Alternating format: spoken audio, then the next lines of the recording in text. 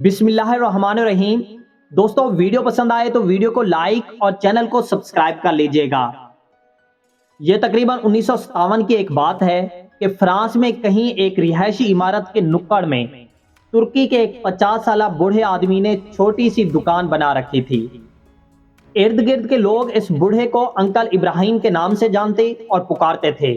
Uncle ابراہیم کی دکان میں چھوٹی موٹی گھریلو ضروریات کی اشیاء کے علاوہ بچوں کے لیے چاکلیٹ، آئس کریم، گولیاں اور ٹافیاں دستیاب تھی۔ اس عمارت کی ایک منزل پر ایک یہودی خاندان آباد تھا جن کا ایک 7 سالہ بچہ جاد تھا۔ جاد تقریباً روزانہ ہی انکل ابراہیم کی دکان پر گھر کی چھوٹی موٹی ضروریات خریدنے کے لیے آتا تھا۔ دکان سے جاتے ہوئے انکل ابراہیم کو کسی اور کام میں مشغول پا کر جاد نے کبھی بھی ایک چاکلیٹ چوری کرنا نہ بھولی تھی۔ ایک بار جاد دکان سے جاتے ہوئے چاکلیٹ چوری کرنا بھول گیا۔ انکل ابراہیم نے جاد کو پیچھے سے آواز دیتے ہوئے کہا، جاد آج چاکلیٹ نہیں اٹھاؤ گے کیا؟ انکل ابراہیم نے یہ بات محبت میں کی تھی یا دوستی سے، مگر جاد کے لیے ایک صدمے سے بڑھ کر نہ تھی۔ جاد آج تک یہی سمجھتا تھا کہ اس کی چوری ایک راز تھی، مگر معاملہ اس کے برعکس تھا۔ جاد نے گڑ گڑاتے ہوئے انکل ابراہیم سے کہا کہ آپ اگر مجھے معاف کر دیں تو آئندہ وہ کبھی بھی چوری نہیں کروں گا۔ مگر انکل ابراہیم نے جاد سے کہا، اگر تم وعدہ کرو گے اپنی زندگی میں کبھی بھی کسی کی چوری نہیں کرو گے تو روزانہ کا ایک چاکلیٹ میری طرف سے تمہارا ہوا، ہر بار دکان سے جاتے ہوئے لے جایا کرنا۔ اور بالآخر اس بات پر جاد اور انکل کا اتفاق ہو گیا۔ وقت گزرتا گیا اور اس یہودی بچے جاد اور انکل ابراہیم کی محبت گہری سے گہری ہوتی چلی گئی، بلکہ ایسا ہو گیا کہ انکل ابراہیم ہی جاد کے لیے باپ، ماں اور دوست کا درجہ اختیار کر چکا تھا۔ جاد کو جب کبھی کسی مسئلے کا سامنا ہوتا یا پریشانی ہوتی تو انکل ابراہیم سے ہی کہتا۔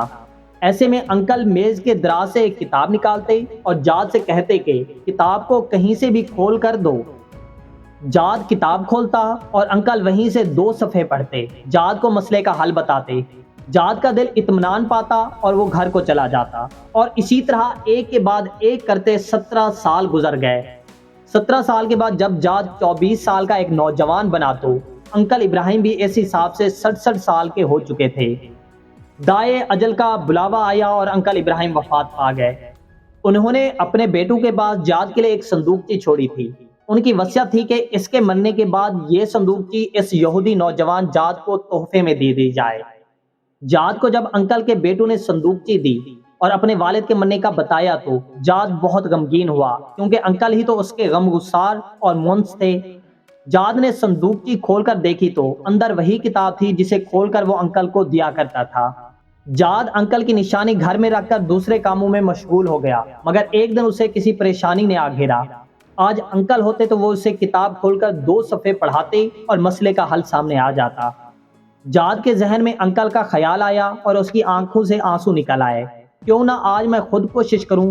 کتاب کھولتے ہوئے وہ اپنے آپ سے مخاطب ہوا، لیکن کتاب کی زبان اور لکھائی اس کی سمجھ سے بلاتر تھی۔ کتاب اٹھا کر اپنے تیونسی عرب دوست کے پاس گیا اور اس سے کہا کہ مجھے اس میں سے 2 صفحے پڑھ کر سناؤ۔ مطلب پوچھا اور اپنے مسئلے کا اپنے تئیں سے حل نکالا۔ واپس جانے سے پہلے اس نے اپنے دوست سے پوچھا، یہ کیسی کتاب ہے؟ تیونسی نے کہا، یہ ہم مسلمانوں کی کتاب قرآن مجید ہے۔ جاد نے پوچھا، مسلمان کیسے بنتے ہیں؟ تیونسی نے کہا، کلمہ شہادت پڑھتے ہیں اور پھر شریعت پر عمل کرتے ہیں۔ جاد نے کہا، تو پھر سن لو، میں کہہ رہا ہوں، اشہد اللہ الہ الا اللہ و اشہد ان محمد رسول اللہ۔ جہاد مسلمان ہو گیا اور اپنے لیے جاد اللہ القرآنی کا نام پسند کیا۔ نام کا اختیار اس کی قرآن سے ولیحانہ محبت کا کھلا ثبوت تھا۔ جاد اللہ نے قرآن کی تعلیم حاصل کی، دین کو سمجھا اور اس کی تبلیغ شروع کی۔ یورپ میں اس کے ہاتھ پر 6000 سے زیادہ لوگوں نے اسلام قبول کیا۔ اللہ اکبر۔ ایک دن پرانے کاغذات دیکھتے ہوئے جاد اللہ کو انکل ابراہیم کے دیے ہوئے قرآن میں دنیا کا ایک نقشہ نظر آیا، جس میں بر اعظم افریقہ کے ارد گرد لکیر کھینچی ہوئی تھی اور انکل کے دستخط کیے ہوئے تھے۔ ساتھ میں انکل کے ہاتھ سے یہ آیت کریمہ لکھی ہوئی تھی، جس کا ترجمہ یہ ہے، اپنے رب کے راستے کی طرف دعوت دو، حکمت اور عمدہ نصیحت کے ساتھ۔ جاد اللہ کو ایسا لگا جیسے یہ انکل کی اس کے لیے وصیت ہو۔ اور اسی وقت جاد اللہ نے اس وصیت پر عمل کرنے کی ٹھانی اور ساتھ ہی جاد اللہ نے یورپ کو خیر باد کہہ کر کینیا، سوڈان، یوگنڈا اور اس کے آس پاس کے ممالک کو اپنا مسکن بنایا۔ دعوت حق کے لیے ہر مشکل اور پرخطر راستے پر چلنے سے سمجھایا اور اللہ تعالیٰ نے اس کے ہاتھوں 60 لاکھ انسانوں کو دین اسلام کی روشنی سے نوازا۔ سبحان اللہ۔ جاد اللہ نے افریقہ کی کٹھن ماحول میں اپنی زندگی کے 30 سال گزار دیے۔ سن 2003 میں افریقہ میں پائی جانے والی بیماریوں میں گھر کر محض 53 سال کی عمر میں اپنے خالق حقیقی کو جا ملے۔ جاد اللہ کی محنت کے ثمرات ان کی وفات کے بعد بھی جاری رہے۔ وفات کے ٹھیک 2 سال بعد ان کی ماں نے 75 سال کی عمر میں اسلام قبول کیا۔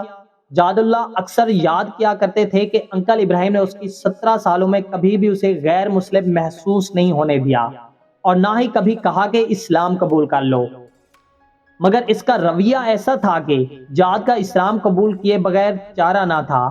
آپ کے سامنے اس واقعے کے بیان کرنے کا فقط اتنا مقصد ہے کہ کیا مجھ سمیت ہم میں سے کسی مسلمان کا اخلاق و عادات و اطوار اور کردار انکل ابراہیم جیسا ہے کہ کوئی غیر مسلم جاد ہم سے متاثر ہو کر جاد اللہ القرآنی بن کر میرے مذہب اسلام کی اس عمدہ طریقے سے خدمت کر سکے؟